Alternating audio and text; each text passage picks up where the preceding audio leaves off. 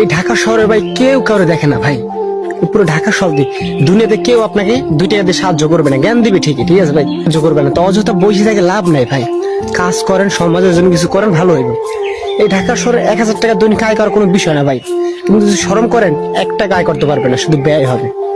তা আমি মনে করি আপনার কাজ করেন, সমাজে নামেন, বিভিন্ন কাজের অভাব নাই ভাই।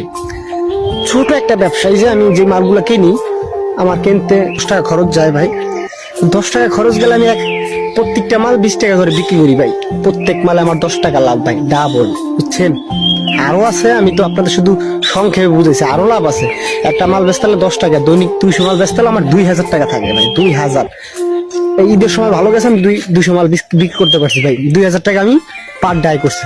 কিন্তু এখন নর্মালি 150-100 মাল বিক্রি হইবেই। তো শুধু শুধু ভাই কোনো লাভ নাই বসে থেকে, 1000 টাকা অন্তত আয় করেন দৈনিক, খুব ভালো হইব।